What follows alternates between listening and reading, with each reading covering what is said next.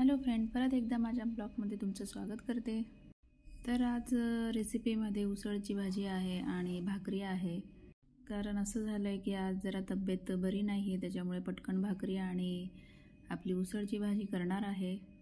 कसं असतं ना, तब्येत बरी नसली तरी आपल्याला स्वयंपाक हा करावाच लागतो। तर चपातीपेक्षा पटकन भाकरी होते, त्याच्यामुळे मी पटकन भाकरी करून घेतलेल्या आहे आणि आपली सोपी आणि साधी कुकरमध्ये उसळ लावलेली आहे, ती पटकन होते। तर आज किचनमध्ये थोडासा पसारा झालेला आहे, त्याला इग्नोर करा, कारण की आज तब्येत बरी नसल्यामुळे ते सगळं पसारा झालेला आहे।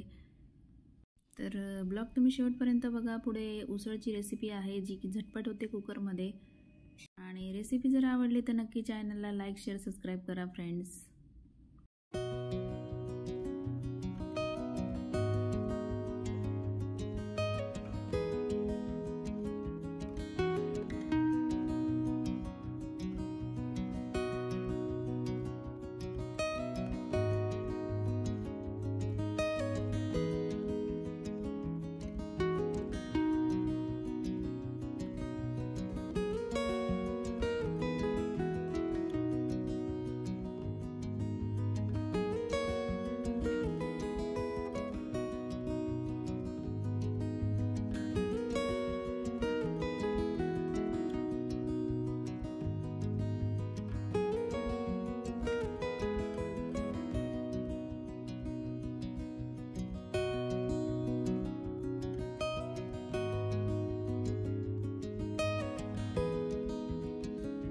इकडे मी उसळची तयारी करून घेतलेलीच होती आणि आता गॅसवर कुकर ठेवलेला आहे, त्याच्यात आपण तेल टाकणार आहोत। तेल टाकल्यानंतर आपण कांदा, हिरवी मिरची, टमाटर, जिरं हे चांगलं आपण मस्तपैकी तेलात परतवून घ्यायचं आहे। चांगलं परतल्यानंतर आपण त्याच्यात कांदा लसूण चटणी टाकणार आहोत। थोडासा गरम मसाला टाकायचा आहे फ्रेंड्स, एकदम टेस्टी लागते भाजी।